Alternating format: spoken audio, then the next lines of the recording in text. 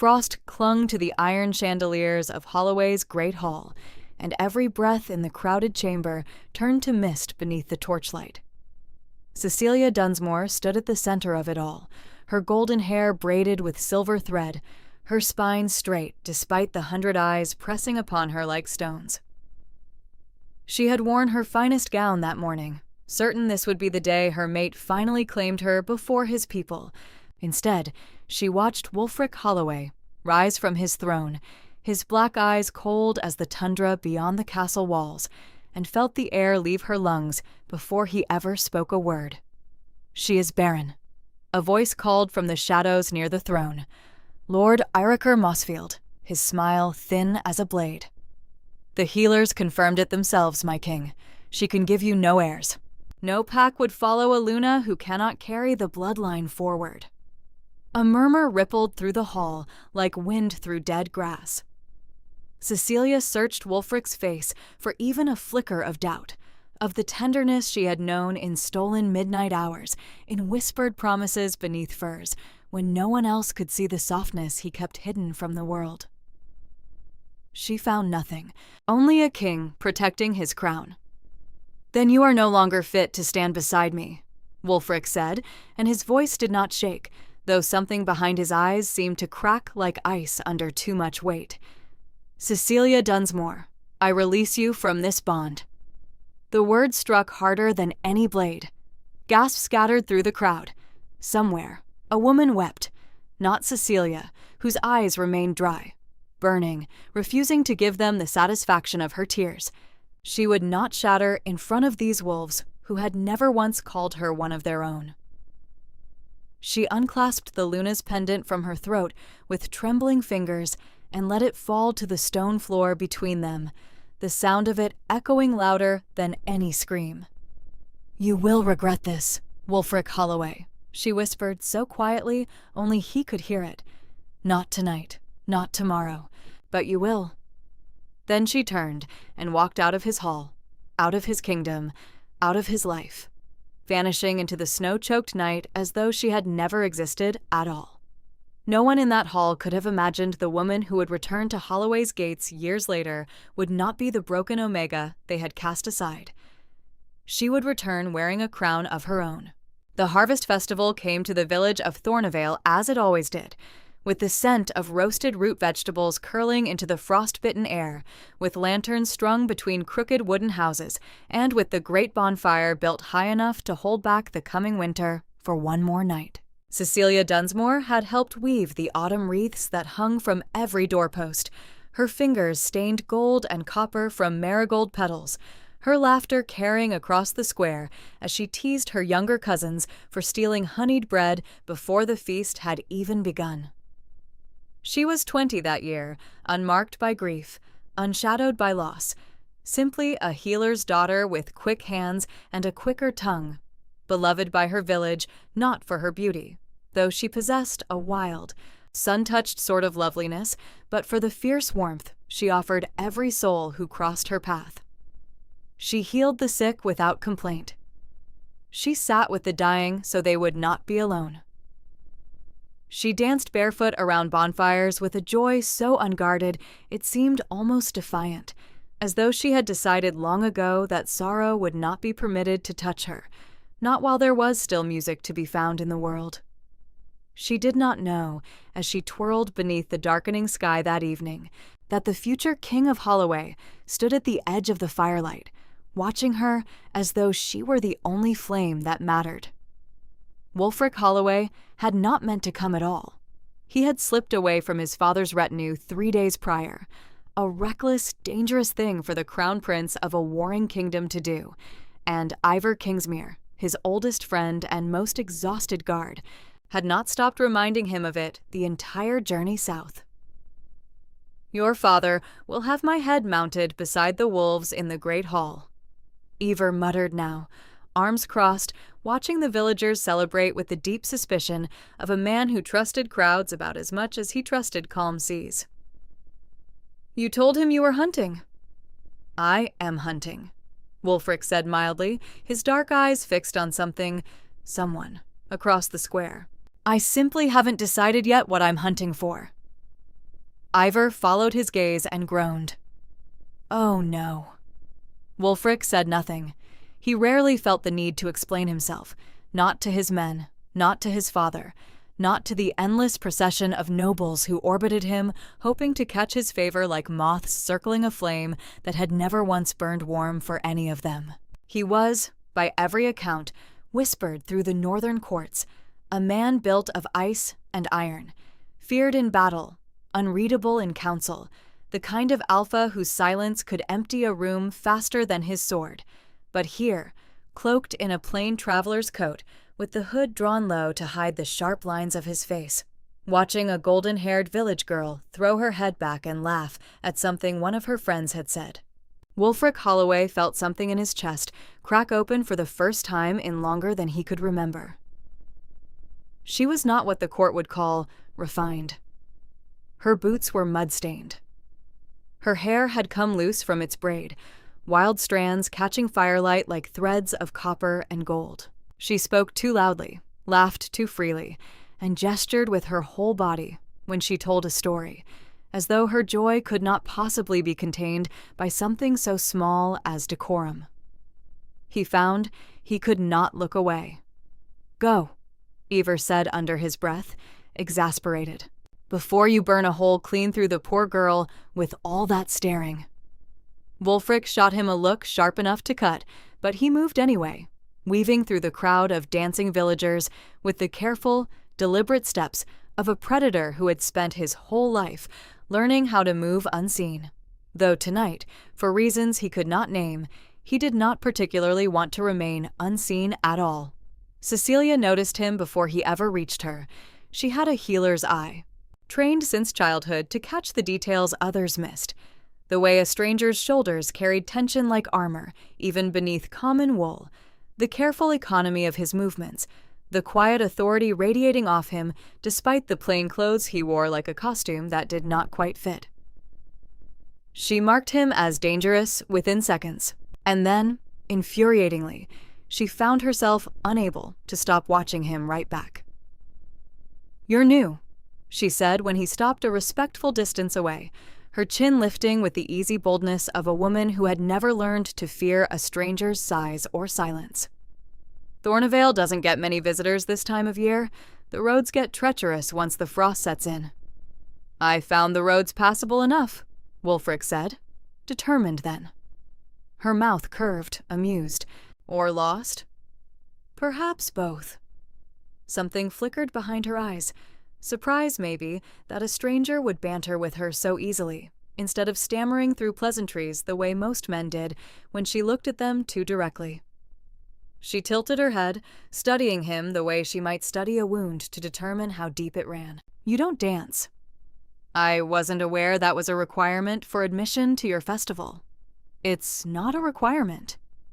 She stepped closer, and Wulfric felt the small hairs on his arms rise, some ancient instinct in him recognizing something in her that his mind had not yet named. "It's just more fun than standing at the edge of the fire, looking like you're calculating an escape route." He nearly laughed. It startled him, the urge, foreign, unfamiliar, like a muscle he had forgotten he possessed. "Is that what I look like?" "Exactly like that." She held out her hand, calloused from years of grinding herbs and setting bones, entirely unbothered by the fact that she had no idea who he was. "Cecilia." "Wulfric," he said, and did not offer a surname, and she did not ask for one. He took her hand. The moment their palms met, something passed between them that neither could explain. Not quite warmth, not quite recognition, but something older than either sensation. Something that settled deep in the marrow of them both, like a bell struck once and left ringing. Cecilia's breath caught. Wulfric's fingers tightened around hers, just slightly, as though some part of him understood, before his mind did, that he had just touched the one thing in this world he had not known he was searching for.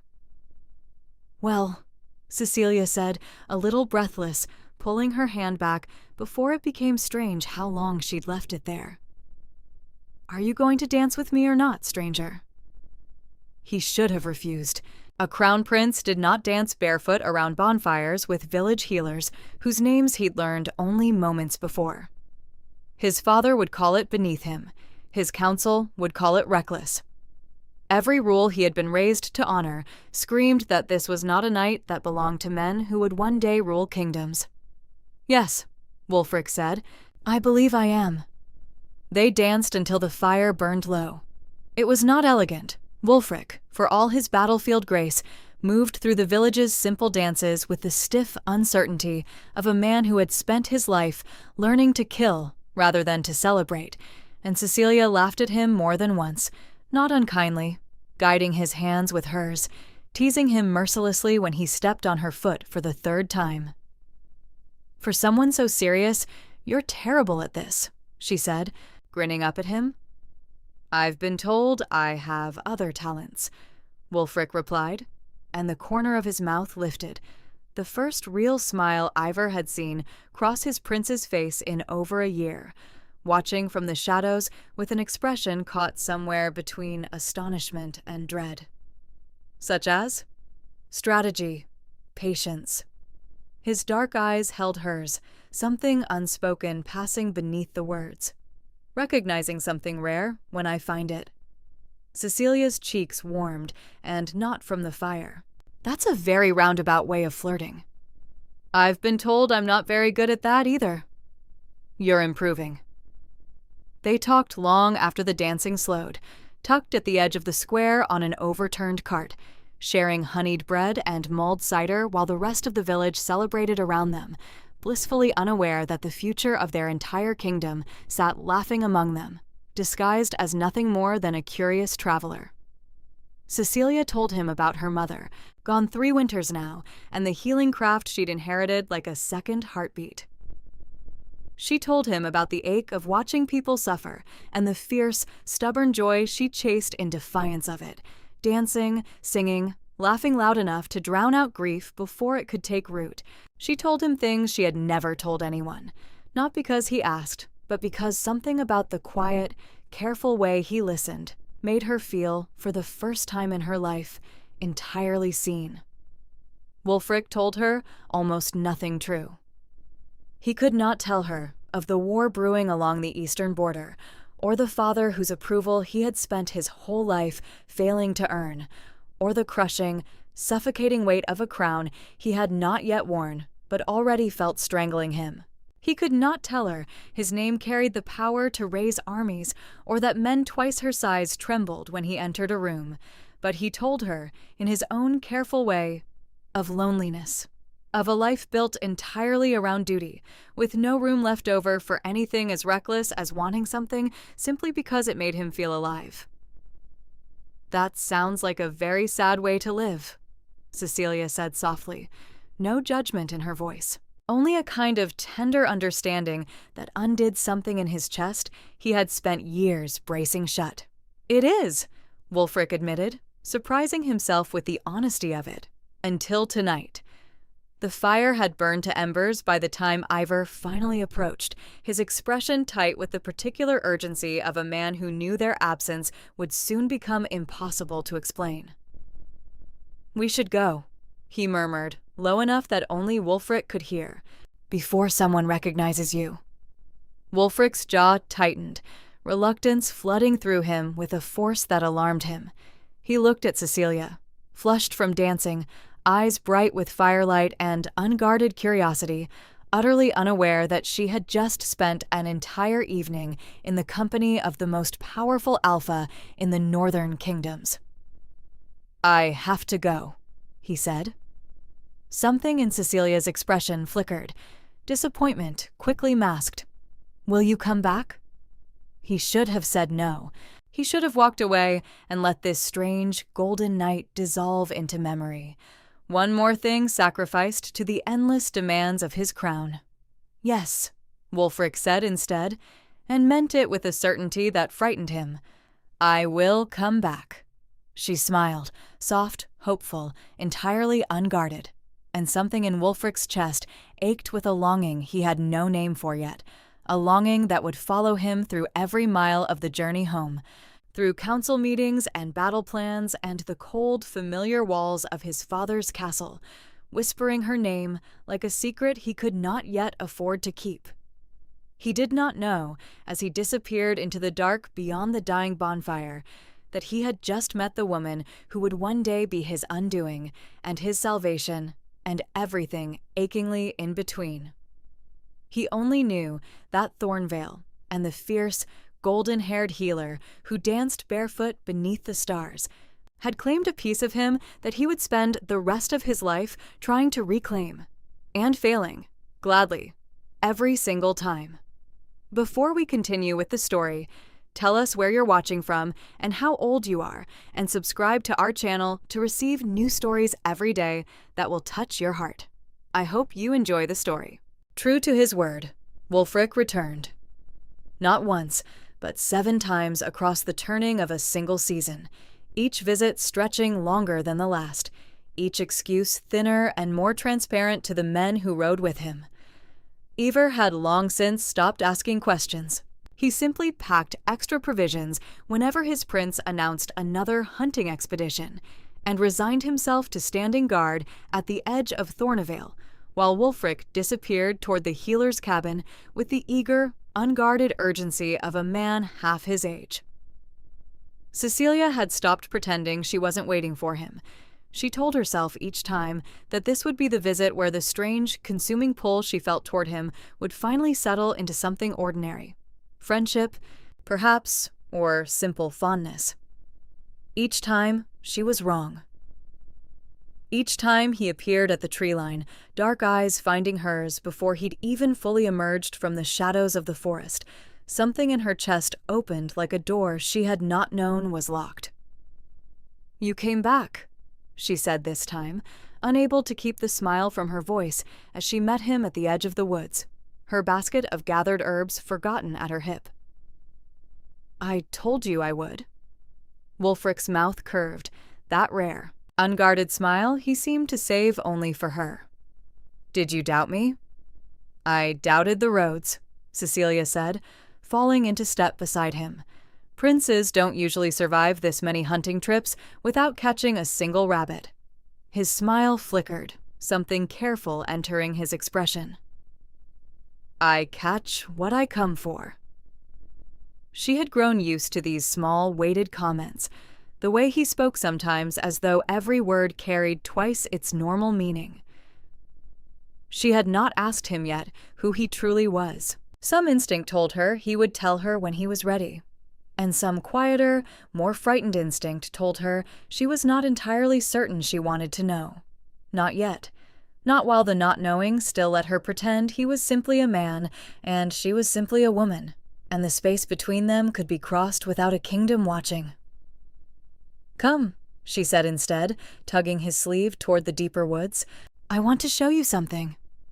She led him along a path few in Thornavale still walked, an old trail winding past moss-covered stones and ancient, leaning trees, until the forest opened into a hidden grove, ringed by standing stones so old their carvings had softened to mere suggestions beneath centuries of lichen. A shallow pool sat at its center, black and still, reflecting the fading violet of the evening sky. "My grandmother used to bring me here," Cecilia said quietly, her voice hushed the way it might be in a temple. "She said this grove remembers things, old things. The gods used to walk here, before they grew tired of us and went silent." Wulfric stood very still at the edge of the grove, an odd expression crossing his face, something between reverence and unease. "This is a bonding ground," he said slowly, "a place where fated mates are said to recognize each other, in the old stories." Cecilia turned to look at him, surprised. "You know the old stories?" "My people carry them too," he said. "Further north, different names, same bones." He hesitated, something guarded flickering behind his eyes. "Fated bonds are rare. Most alphas live and die without ever finding theirs. My father calls it a fool's fantasy, something bards invented to sell romance to the desperate." "And what do you think?" He looked at her then, really looked at her, the last light of evening catching gold in her hair, and something in his chest tightened with a feeling too large for the small space of his ribs. "I think," he said carefully, "that I have never in my life felt what I feel when I am near you. And I did not believe that was possible until I met you." Cecilia's breath caught. The air in the grove seemed to shift, grow heavier, charged with something ancient and electric that neither of them had summoned, but both could feel gathering like a storm about to break. "Wulfric, there is something I should tell you," he said, stepping closer, his voice rough with a vulnerability she had never heard from him before. "Something I should have told you the very first night." "Then tell me." But whatever words he had gathered scattered the moment her hand rose to rest against his chest, directly over the frantic, thundering beat of his heart. His breath left him in a low, unsteady exhale. Beneath her palm, something in his blood recognized something in hers. A pulse so sudden and overwhelming it nearly buckled his knees, ancient and instinctive, older than either of their names. "Do you feel that?" Cecilia whispered, wonder threading through the fear in her voice. "Yes." Wulfric's hand rose to cover hers, holding it there against his heart, as though he could not bear to let the connection break. "Cecilia, I don't think this is ordinary. I don't think what's happening between us is ordinary at all." The scent of her, wildflowers and wood smoke, and something uniquely, achingly her, wrapped around his senses until he could think of nothing else, until every instinct screaming beneath his skin recognized her as something precious, something to protect, something his in a way he had no right yet to claim. Cecilia felt it too, a warmth blooming beneath her skin, a pull low in her chest, drawing her toward him as though some invisible thread had tied itself between their hearts. The very first night they danced around the bonfire and had only now pulled taut enough to feel. "I don't understand what this is," she admitted, her voice trembling, "but I don't want it to stop." "Cecilia." Her name in his mouth sounded like a vow. His free hand rose, trembling. This man who commanded armies without a flicker of fear, trembling, to brush a strand of hair from her face. "I need to tell you the truth. All of it, before this goes any further." "Then tell me," she said again, softer this time. "Whatever it is, I'm not afraid." He drew in a breath, steadying himself, the weight of his crown pressing down on him even here, even now, even in a sacred grove where the old gods might still be listening.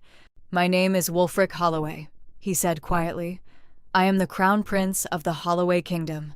I will, when my father passes, be its king." Silence swallowed the grove. Cecilia's hand went still against his chest. The pieces settled slowly into place, the fine, careful way he spoke, even when trying to seem casual. The quiet authority that clung to him no matter how plain his clothes. The guard who lingered always at the edge of every visit, like a man protecting something precious. Of course he was not simply a traveler. She had known, some buried part of her had always known, that a man like Wulfric did not belong to an ordinary life. "A prince," she echoed faintly. "Cecilia, you danced with a village healer at a harvest festival," she said, something between disbelief and a helpless, startled laugh rising in her throat. "You let me correct your footwork. You ate honeyed bread off a broken cart like a common farmhand." "I would eat it 1,000 times more," Wulfric said, catching both her hands now, holding them like something sacred. "If it meant I got to sit beside you again." "I'm no one," Cecilia whispered, the reality of it crashing over her at last. "I'm a healer's daughter from a village your father probably couldn't find on a map. You're meant for—" Her voice caught. "You're meant for someone else, someone with a title, a dowry, a bloodline worth binding to a crown."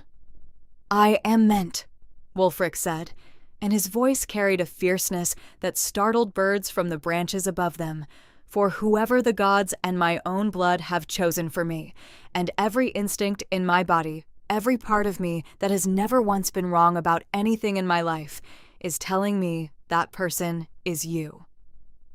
"You don't know that." I know it the way I know my own name." He lifted her hands to his lips, pressing a kiss against her trembling knuckles, his dark eyes never leaving hers. "I have sat across war councils from men twice my age, and never felt as certain of anything as I feel standing here with you." Tears gathered, unbidden, at the corners of Cecilia's eyes, not from sorrow, but from the terrifying, overwhelming weight of being wanted so completely by someone with the power to reshape her entire world with a single word. "Your father will never accept me," she said. "My father," Wulfric said, "does not choose who I love." The word hung between them, heavy and irreversible. Love. Neither of them had spoken it aloud before, though both had felt its shape gathering in the silence between every visit, every stolen glance, every moment stretched too long at the edge of the forest, as neither wanted to be the first to say goodbye. "Say it again," Cecilia whispered.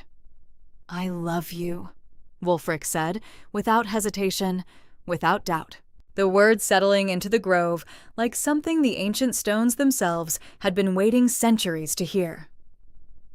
"I have loved you, I think, since the moment you called me a poor dancer and meant it as a kindness." Cecilia laughed, a wet, startled sound, and closed the last distance between them herself, rising onto her toes as his arms came around her like something finally, achingly complete. Their lips met beneath the darkening sky, gentle at first, then deepening with all the weight of a season's worth of longing, the sacred stones around them bearing silent witness to a bond neither the crown nor the gods themselves would ever fully be able to sever. When they finally parted, foreheads resting together, breathless, Wulfric's hand cradled her face as though she were something impossibly fragile and infinitely precious. "I will find a way," he murmured. "I don't know how yet. But I will find a way to make you my Luna, Cecilia Dunsmore. I swear it on every god who still remembers this grove." Cecilia closed her eyes, allowing herself, just this once, to believe him completely. Neither of them noticed the lone figure watching from the tree line beyond the standing stones, a hooded rider who had followed Wulfric's trail from Holloway at his father's quiet, suspicious request, and who now turned his horse back toward the castle with news that would reach the wrong ears, long before it ever reached the right ones. The grove kept its silence, but the shadows beyond it had already begun to move. The council chamber of Holloway Castle had not been designed for comfort. Its walls were carved from the same unforgiving granite as the mountains beyond, its narrow windows admitting only thin blades of gray northern light, and its long table, scarred by centuries of clenched fists and slammed goblets, had witnessed more betrayals than celebrations in its long history. It was, Eriker Mossfield often thought with quiet satisfaction, the perfect place to plant a seed that would take years to bloom. He sat now at the table's edge, his fingers steepled before him, watching King Wulfric Holloway pace before the great hearth with the barely restrained fury of a man who had just learned his only son and heir had been slipping away to court, a common village healer, for the better part of a season. "A healer's daughter," Wulfric spat, the words tasting foul in his mouth. "My son, heir to Holloway, blood of kings stretching back 9 generations, sneaking off like some lovesick farmhand to court a girl who has likely never worn silk in her life." "Perhaps," said Halston Brightmore, another of the king's advisers, though his tone lacked the venom Eriker had carefully cultivated in his own. "Young men are often foolish in matters of the heart, my king. It may burn itself out." "It has not burned out in 7 visits," Eriker said smoothly, allowing just enough concern to color his voice, though privately the information delighted him. A prince, distracted by infatuation, was a prince who could be maneuvered, and a future king, bound to a powerless village girl instead of a daughter from one of the great northern houses, was a future king whose council would find themselves, conveniently, holding far more power than any of them currently possessed. Forgive me for speaking plainly, my king, but 7 visits suggests something considerably more serious than a passing fancy. Aldric's jaw tightened. You think he means to make her his Luna? I think, Erikr said carefully, that Prince Wulfric has always been a young man who commits fully once his mind is set. It is, forgive me, one of his greater strengths as a future king. It may also, in this instance, prove his greatest weakness. The king said nothing, but the flicker of alarm behind his eyes told Erikr everything he needed to know. He allowed a long silence to settle over the chamber before continuing, each word placed as deliberately as a stone in a wall meant to outlast them all. Holloway's alliance with House Cedarbrook has been under negotiation for 3 years, my king. Lady Aela Cedarbrook brings with her not only a formidable dowry, but access to the southern trade routes we have long needed to secure our grain stores through the winter months. If word reaches House Cedarbrook that the Crown Prince has been courting a village girl of no standing. I am aware of the stakes, Erikr, Aldrich snapped. You need not lecture me on the alliances I have spent a decade building. Of course, my king. Erikr inclined his head, the picture of contrition, though beneath the table his fingers curled with quiet triumph. I only wish to serve Holloway's future, as we all do. Aldrich resumed his pacing, the fire casting long, restless shadows across the stone floor. He will not be reasoned with, not when it comes to matters of the heart. He has always been too much like his mother in that regard. Gods rest her. A flicker of old grief crossed the king's weathered face before hardening back into resolve. But he can be reasoned with when it comes to matters of the crown. Duty has always outweighed desire for him, in the end. It must. Then perhaps, Erikr offered, his voice dropping to something almost gentle, almost reasonable. The matter need not become a confrontation at all, my king. Aldrich turned, studying him. Speak plainly. Fated bonds are rare, Erikr said, sacred even in the old traditions. But they are not without complications. Every healer in the northern kingdoms knows the stories.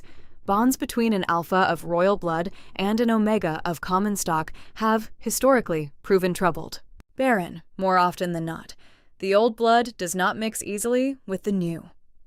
It was, of course, entirely fabricated, a superstition with no more truth to it than a child's bedtime tale. But Erikr had learned long ago that truth mattered considerably less than what men were willing to believe, particularly when fear and desperation made the believing easy. You suggest the girl is unable to bear children, Aldrich said slowly. I suggest nothing, my king. I merely note what the old stories caution. Erikr allowed the seed to settle, watching it take root behind the king's calculating eyes. Should it prove true, should Prince Wulfric bind himself to a Luna incapable of securing Holloway's bloodline, the consequences would extend far beyond a single broken alliance with House Cedarbrook. The entire kingdom's future would hang upon an uncertainty none of us could afford. Aldrich's expression darkened, some private calculation working itself behind his weathered features. You believe this to be true? Of this particular girl? I believe, Erikr said, choosing each word with the precision of a man laying a trap he had spent years learning to build, that it would be wise to know for certain, one way or another, before the prince commits himself irreversibly. For his own protection, my king, as much as for the kingdom's. It was a masterstroke, and Erikr knew it the moment he saw the tension ease slightly from the king's shoulders, not because the matter was resolved, but because Erikr had handed him a path forward that did not require an immediate confrontation with his headstrong son. A path that felt, to a worried father, almost reasonable, almost kind. See that discreet inquiries are made, Aldrich said finally, quietly. I will not have my son humiliated over village gossip if there proves to be nothing to it. Of course, my king, Erikr said, bowing his head to hide the satisfaction curling at the corner of his mouth. Discretion above all else. He found Halston Brightmore alone in the corridor an hour later, The older advisor's expression troubled in a way Eiríkur did not entirely trust. "That was not entirely honest, what you told the king," Halston said quietly, glancing down the empty stone hallway before continuing. "The old stories say nothing of the sort about fated bonds and fertility. You know this as well as I do." "I know a great many things, Halston," Eiríkur said mildly, continuing his unhurried walk toward the western tower. "I know that House Cedarbrook's trade routes have kept this kingdom fed through 3 consecutive hard winters. I know that a village girl with no political standing brings Holloway nothing but a distraction from the alliances that actually secure its future. And I know," he added, his voice cooling several degrees, "that you would do well to remember which of us the king actually trusts to manage matters of consequence." Halston's jaw tightened, old loyalty warring visibly with discomfort. The prince loves her. Anyone with eyes could see it, watching him these past months. He has not smiled, truly smiled, in years, not since his mother passed. Now he does, every time her name is mentioned. Something flickered across Eiríkur's face, not quite guilt, for he was not a man given to guilt, but something colder and more calculating, the recognition of an obstacle that would require careful handling.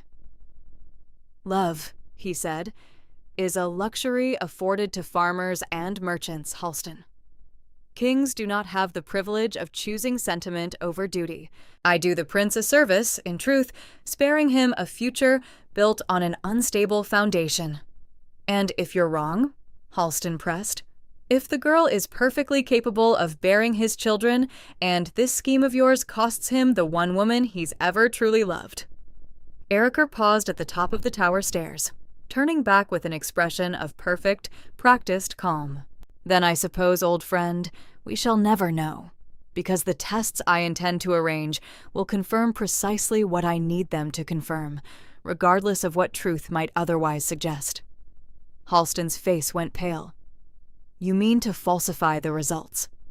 "I mean," Eiríkur said softly, "to secure Holloway's future by whatever means prove necessary.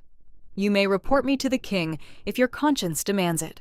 But ask yourself first, Halston, what becomes of a healer's daughter who accuses the king's most trusted advisor of conspiracy, with no proof beyond her own word, against the counsel of a council that has served this crown faithfully for 20 years. He let the threat settle, gentle as a blade slipped quietly between ribs. "I imagine it would not go well for her. Better, perhaps, that the matter never reaches that point at all." He did not wait for a response, continuing up the tower stairs alone, already turning his mind toward the healers he would need to bribe, the physicians whose silence he would need to purchase, and the long, patient game he intended to play until Cecilia Dunsmore's name became nothing more than a footnote in Holloway's history, a mistake the young prince had nearly made before wiser heads prevailed.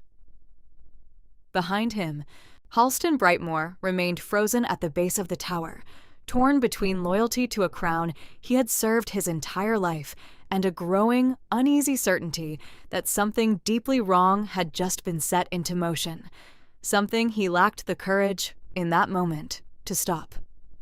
Cecilia had no way of knowing, as she sat beside her father's fire, mending a torn cloak, that a conspiracy already moved against her from the cold stone halls of a castle she had visited only in her dreams.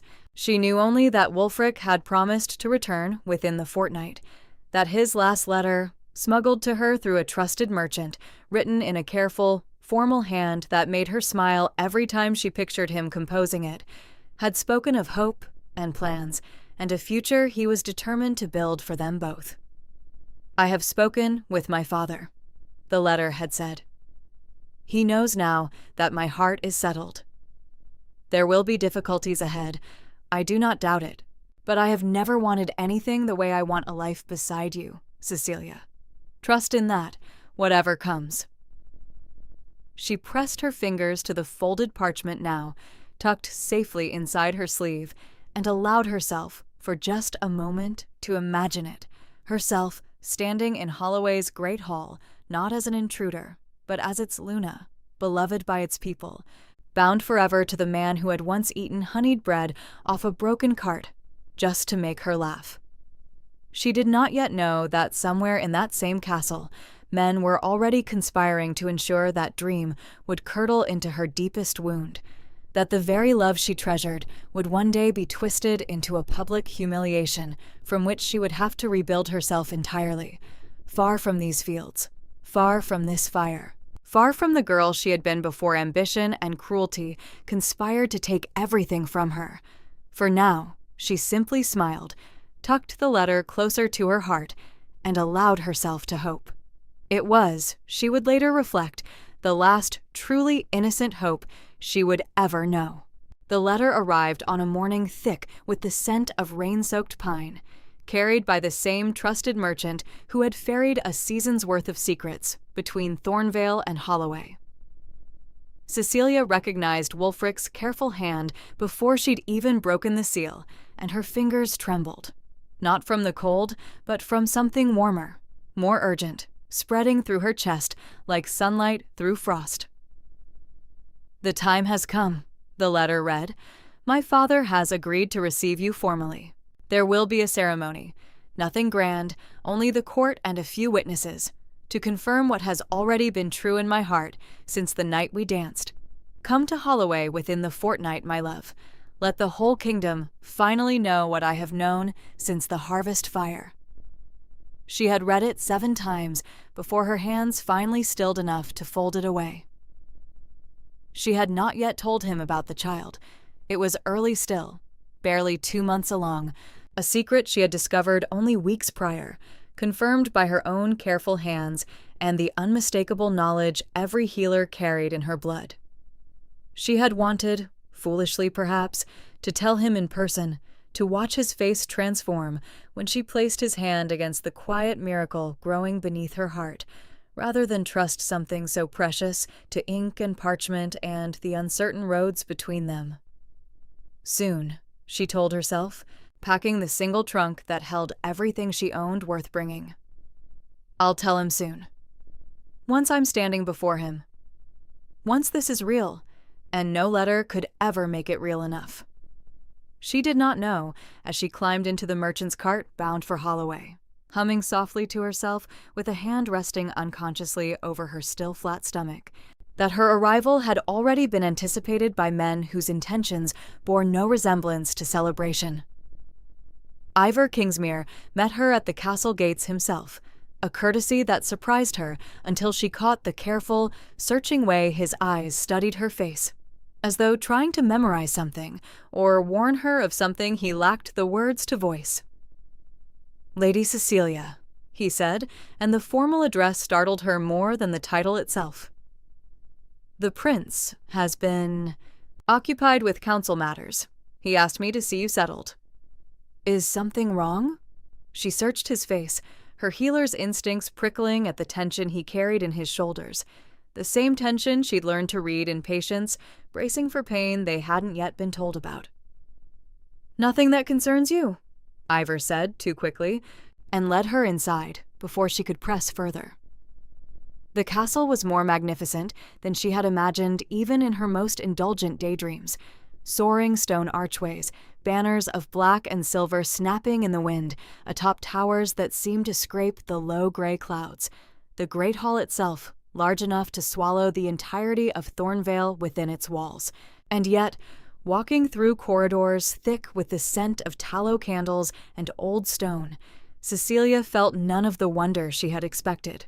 Only a growing, wordless unease, as though the castle itself sensed something coming that she could not yet see.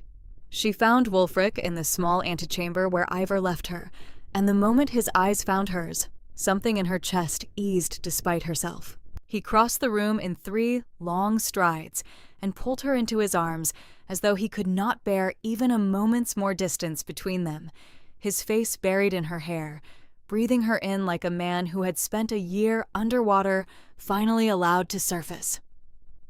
"You came," he murmured against her temple. "You asked me to." She pulled back just enough to study his face, and found something troubling there beneath the joy. A tightness around his eyes, a weariness that hadn't been present in his letters. "Wulfric, what's happened?" "Nothing," he said too fast, echoing Ivor's same hollow reassurance, and Cecilia felt the first cold thread of dread coil low in her stomach. "There's a formality. Before the ceremony. My father's counsel insists on it. A physician's examination to confirm." He hesitated, and something in his jaw tightened with barely restrained anger. "To confirm you're capable of bearing heirs. I told them it was unnecessary. I told them—" "It's all right," Cecilia said softly, though her pulse had begun to race, some instinct screaming warnings she did not yet have the words to name. She very nearly told him then, very nearly said, "There is no need for an examination, Wulfric. I already carry your child. I have carried her for 2 months now, and I have been waiting to tell you, until we were standing exactly where we stand now. But something, some small, frightened instinct she would spend years regretting, held the words behind her teeth. She wanted to see his face when she told him. She wanted it to be a gift, not a defense hurled into a room already thick with tension. "It will be fine," she said instead, squeezing his hand. "Let them examine whatever they need to examine. It changes nothing." She did not yet understand how wrong she was. The grand hall filled slowly that afternoon, nobles and courtiers gathering in clusters of silk and fur, their voices hushed with the particular anticipation reserved for scandal not yet confirmed but eagerly expected. Cecilia stood at its center in her finest gown, golden hair braided with silver thread, borrowed jewels at her throat, doing everything in her power to look like a woman worthy of the crown she was about to be offered. She caught sight of Eiríkur Mossfield near the throne, his expression carefully arranged into something like solemn concern, and felt an inexplicable chill crawl up her spine. King Aldric rose from his seat, his face unreadable, a folded parchment held in one weathered hand. "The physicians have completed their examination," he announced, his voice carrying easily across the silent hall. "Lord Mossfield, if you would share the findings." Eiríkur stepped forward, and Cecilia would remember, for the rest of her life, the particular, practiced sympathy in his voice as he spoke the lie that would unmake her entire world. "She is barren," he said, loud enough for every corner of the hall to hear. "The healers confirmed it themselves, my king. She can give you no heirs. No pack would follow a Luna who cannot carry the bloodline forward." The word struck Cecilia like a physical blow, the air fleeing her lungs entirely. It was not true, could not be true. She knew her own body better than any physician sent by a suspicious court. She carried proof of its falseness beneath her very ribs at that moment. But before she could summon a single word of protest, before her spinning mind could catch hold of anything solid enough to grasp, she saw Wulfric's face. He had gone pale. His jaw had tightened, and in his dark eyes, for one unbearable, endless moment, she saw not disbelief, not fury on her behalf, not the fierce, unshakable devotion he had sworn to her beneath a canopy of stars in a sacred grove. She saw doubt. She saw a prince, raised his entire life to place duty above all else, calculating the weight of a kingdom's future against a truth he had no way yet to verify. It was only a moment. It was only the space of a single, held breath. But Cecilia had spent enough of her life reading pain in the faces of strangers to recognize with devastating clarity exactly what she was seeing. A man losing the battle between his heart and his crown. He believes them, she thought, and something inside her, some fragile, hopeful part of her that had survived a year of secret letters and stolen moments and impossible promises, quietly, irrevocably broke. Or worse. He is afraid enough of what it means if it's true that he cannot bring himself to fight for me before I've even had the chance to defend myself. "Wulfric," she whispered so quietly only he could hear, her voice cracking around his name. "Say something." He looked at her, truly looked at her, and for one terrible heartbeat, Cecilia watched him war with himself in front of the entire assembled court, his hands curling into fists at his sides, his throat working around words that would not come. "Cecilia, His voice was rough, uncertain, nothing like the steady conviction she remembered from the grove. "I need time to—" "Time," she repeated, and something cold and final settled over her, burying the last flicker of hope beneath it, like snow smothering a dying fire. He needed time, not to defend her, not to demand proof, not to declare, as he had once sworn beneath ancient stones, that no council on earth could dictate the truth of what existed between them. Time. King Aldric, sensing the moment slipping, rose fully from his throne, his voice hardening into something final and absolute. "Then it is decided. Cecilia Dunsmore is unfit to stand as Holloway's Luna." "Father," Wulfric started, finally finding his voice, but it was too late, the momentum of the room already carrying past him like a river that had broken its banks. "She is released from any bond, real or imagined, with the crown of Holloway," Aldric continued, and Cecilia watched Wulfric's mouth open, watched him take a single step toward her, and watched him stop, his eyes darting toward his father, toward the assembled council, toward the enormous, crushing weight of everything he had been raised his entire life to protect. "Then you are no longer fit to stand beside me," Wulfric said finally, and though Cecilia would spend years wondering whether he spoke the words because he believed them or because 30 years of duty had finally overwhelmed 1 year of love, the effect was identical either way. "Cecilia Dunsmore, I release you from this bond." The hall gasped as one great, collective breath. Cecilia's vision blurred at the edges, her hand rising instinctively to press against her stomach. A gesture so small, no one in the crowded hall noticed it, though it contained within it the entire unspoken truth that might have changed everything had she found the courage to voice it in that shattering moment. "Tell him," some desperate part of her screamed. "Tell him now. Tell him everything. Watch his face change. Watch him choose you." But she looked at him, really looked at him, standing frozen and pale beside a throne he had not yet inherited, unable even now to find the courage to simply say, "I don't believe them. I choose her regardless," and something colder than grief settled over her instead. If he could not fight for her on faith alone, she would not hand him a child as a weapon to force his hand. She would not spend the rest of her life wondering whether he loved her or simply loved the heir she had given him.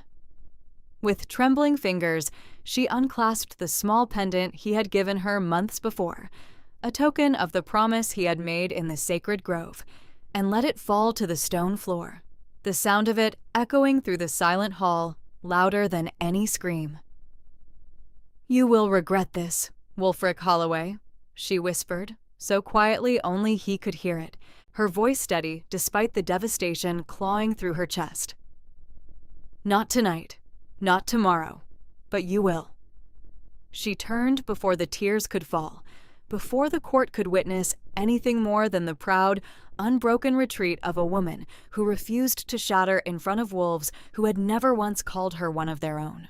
She walked the length of the grand hall alone, every step echoing against stone, and did not look back once, not even when she heard, faintly, Wulfric's voice finally break free of whatever had held it captive, calling her name too late, always too late, as guards pulled the great doors closed behind her.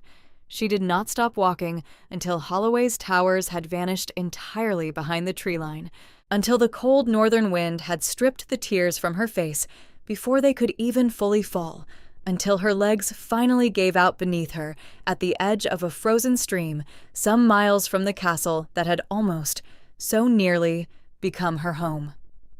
She pressed both hands against her stomach, curling around the small, fierce truth growing there. A secret now, hers alone, born from a love that had proven too fragile to survive its first true test. "It's just us now," she whispered to the child no one else yet knew existed, her voice raw with grief and something harder, something forged in the wreckage of that hall, a resolve that would carry her through years of rebuilding, years of proving herself in ways no crown or council could ever strip away again. I promise you, little one, I will make certain you never have to know what it feels like to be doubted by the one person who swore to choose you. Behind her, unseen, unheard, a lone rider on the castle road reined in his horse at the sound of her voice, carrying faintly on the wind. Halston Brightmore, who had followed her from the hall with his conscience finally, unbearably too loud to ignore, close enough now to hear the words that would change everything he thought he understood about the conspiracy he had failed to stop in time. He did not yet know what to do with what he'd heard. He knew only that the healer's daughter, vanishing into the frozen dusk, carried with her a secret capable of unmaking a kingdom, and that somewhere in the wreckage of what Iroquois Mossfield's lies had wrought, a truth waited, patient and unstoppable, for the day it would finally demand to be heard. 5 years later, the kingdom of Ravenhold had not expected a healer to save it. Fewer still had expected that same healer, arriving half-starved and heavy, with child on the back of a merchant's cart 5 years prior, to become the woman standing now at the right hand of its throne, Luna in all but blood, mother to a fierce, golden-haired girl who had inherited her mother's stubborn compassion and, unmistakably, her father's dark, storm-colored eyes. Cecilia Dunsmore had not set out to become anyone's Luna. She had set out, in the bleakest days after Holloway's great hall had swallowed her dignity whole, simply to survive, to find shelter before the child growing within her arrived into a world with no roof to protect her, no name to shield her, nothing but her mother's 2 capable hands and a healer's stubborn will to keep them both alive. Ravenhold had taken her in without questions, in the way border kingdoms often did, with wanderers who arrived asking for nothing but work. She had healed farmers' children through a brutal winter fever. She had saved the life of Lord Colby Stormhaven's young son when 3 other physicians had already given up hope. And when a plague swept through Ravenhold's capital 3 winters past, claiming the old Luna and threatening to claim half the kingdom besides, it had been Cecilia, sleepless, relentless, refusing to lose a single patient she could still fight for, who had broken the fever's back through sheer force of knowledge and will, saving more lives in a single brutal month than the kingdom's entire council of physicians combined. King Roar Windermere, widowed and grateful beyond measure, had offered her the Luna's crown not as romance, though respect had long since deepened between them into something like devoted friendship, but as recognition, a formal acknowledgement that the kingdom owed its survival to a woman it would be foolish and ungrateful not to honor. Cecilia had accepted, not for herself, but for her daughter, for the name and protection a crown could offer a child who had been born, in another kingdom's eyes, to a mother once publicly declared unworthy. She named her daughter Fridas, after the old word for a woman both beloved and untamed. Fridas Dunsmore was 4 years old now, quick-tempered and quicker-witted, prone to climbing furniture she had no business climbing, and asking questions no one quite knew how to answer. She had her mother's golden hair and her mother's fierce, unguarded laughter, but her eyes, dark as a northern winter sky, and the particular tilt of her chin when she was being stubborn, belonged entirely to a man she had never once met, and whose name Cecilia had never spoken aloud in 5 long years.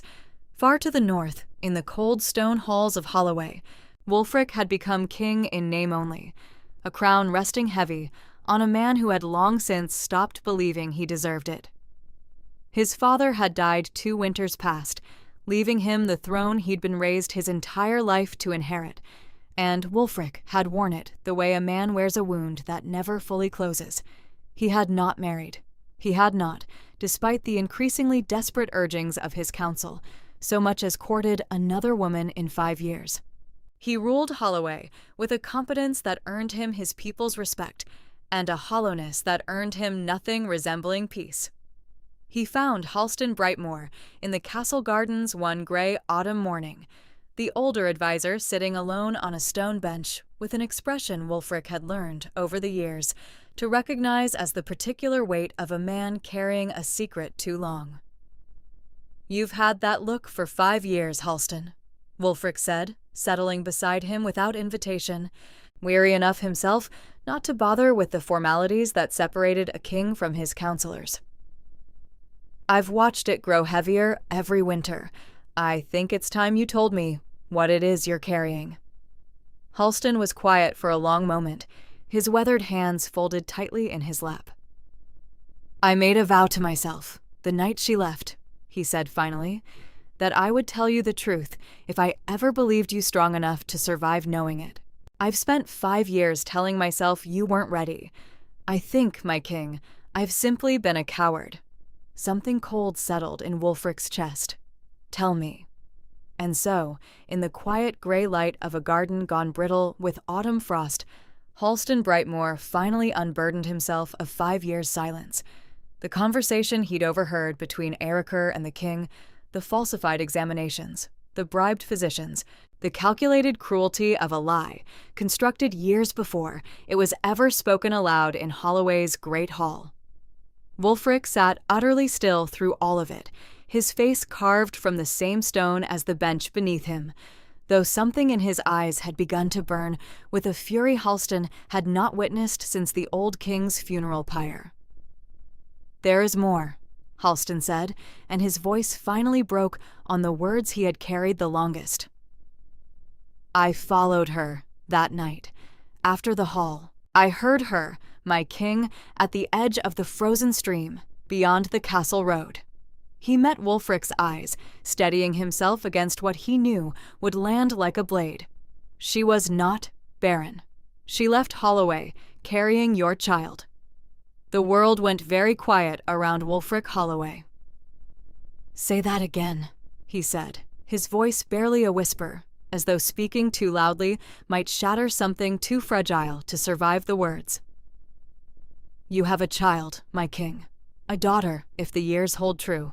Somewhere beyond these walls, Cecilia Dunsmore has spent 5 years raising your daughter alone, believing you chose your crown over her before she'd even had the chance to tell you the truth." Wulfric rose from the bench so abruptly that Halston flinched, expecting fury, expecting the violent grief of a man who had just learned everything he believed about the worst night of his life had been a lie built to serve another man's ambition. What came instead was quieter, and somehow far more devastating. Wulfric Holloway, King of the North, pressing both hands over his face and making a sound Halston had never once heard from him in 20 years of service. The sound of a man breaking, finally, after 5 years of holding himself together through sheer, grim discipline alone. "Where is she?"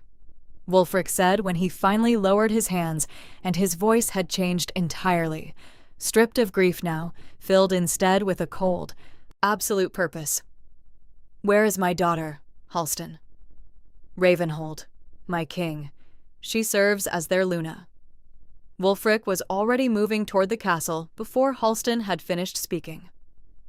He found Erikr Mossfield in the council chamber an hour later, and the confrontation that followed would be spoken of in Holloway's halls for a generation. A king, finally freed of 5 years' unknowing grief, dragging the truth into daylight before the full assembled council, stripping Erikr of every title, every privilege, every scrap of the power he had spent decades accumulating through careful, patient cruelty. "You took 5 years from me," Wulfric said, his voice carrying through the chamber like the first crack of ice breaking on a frozen lake. "And you took 5 years from a daughter who does not yet know my name. There is no punishment severe enough to answer for what you've stolen, Erikr Mossfield.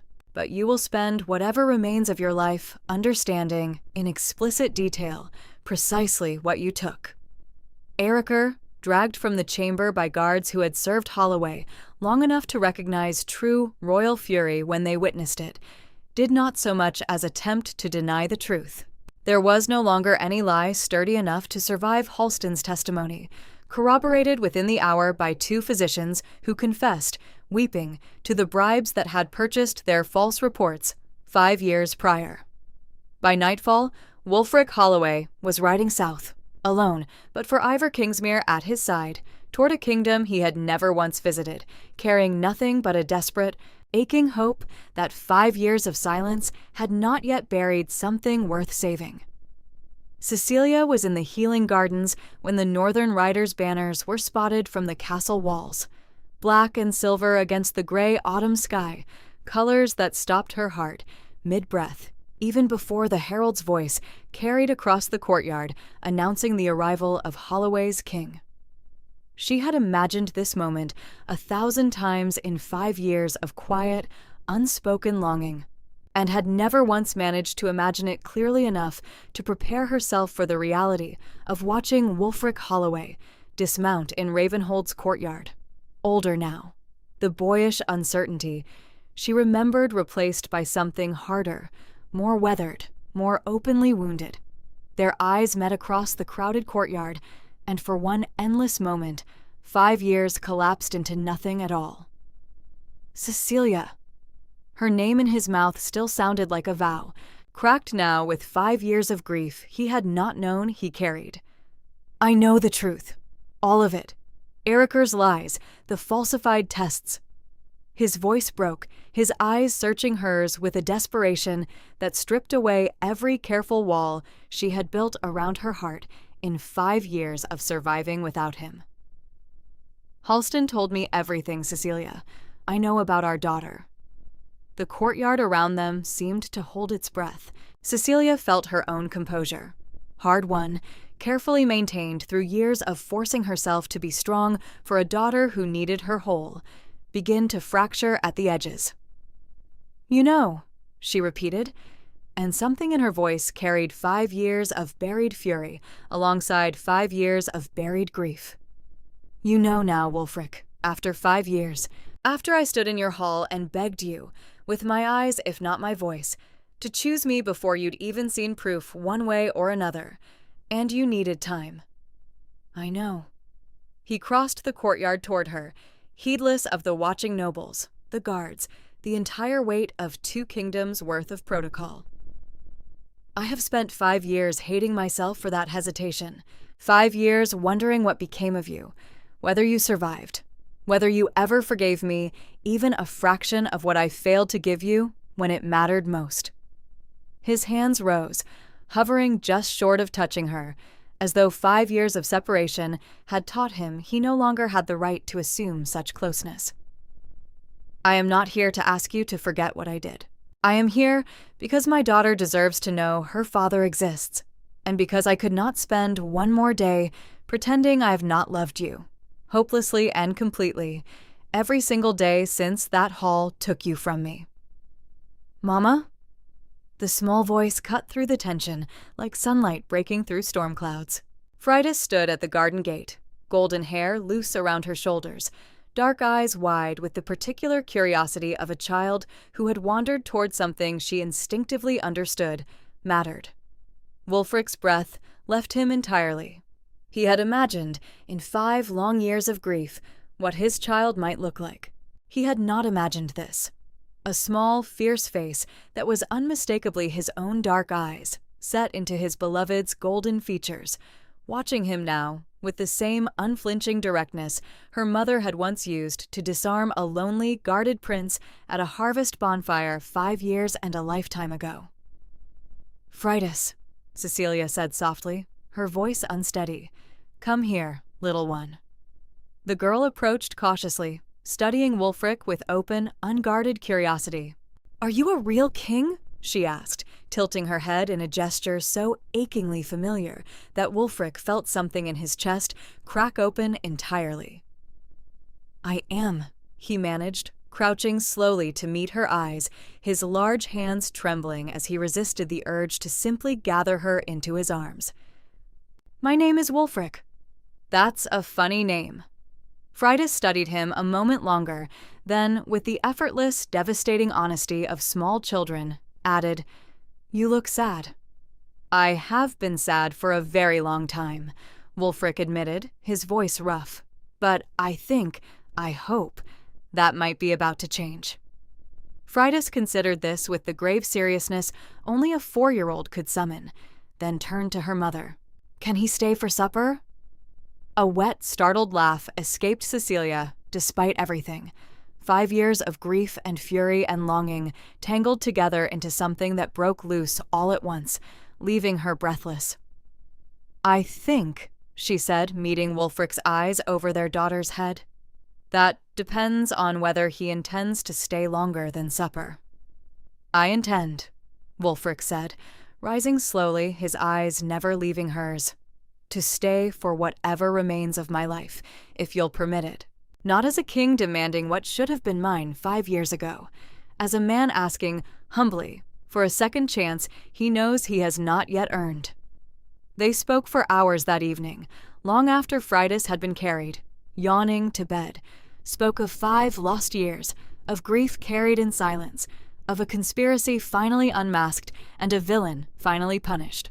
Wulfric knelt before her in Ravenhold's quiet garden beneath a sky finally clear of storm clouds, and told her, with a raw, unguarded honesty he had never once managed in the careful, duty-bound years of his youth, that he loved her, had never once stopped loving her, would spend whatever years remained to him proving that this time, faced with any lie, any conspiracy, any obstacle a kingdom's council could construct, he would choose her without a single moment's hesitation. "I cannot give you back the years we lost," he said, his voice breaking. "I cannot undo the moment I let doubt speak louder than love. But I can promise you, Cecilia Dunsmore, that I will spend every day I have left choosing you again. Not because a crown demands it, not because a prophecy foretold it, but because you are, and have always been, the truest thing I have ever known." Cecilia, healer of kingdoms, survivor of betrayal, mother to a fierce and beloved daughter, allowed herself at last to weep, not from grief, but from the overwhelming, cathartic release of 5 years' carried weight, finally, gently, set down.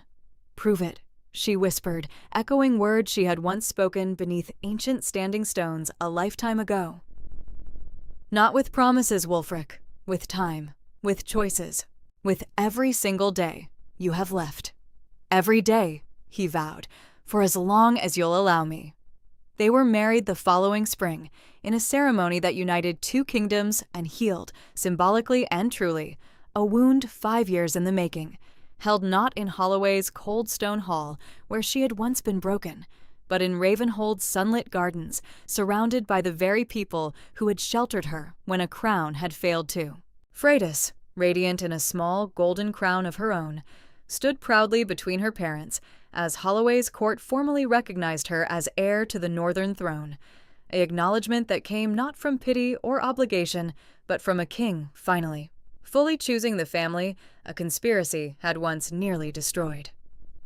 Cecilia Dunsmore became Luna of Holloway at last, not the broken, doubted girl who had once fled its halls in grief, but a woman forged by 5 years of quiet strength, returning not to beg for a place beside its throne, but to claim one she had long since proven she deserved.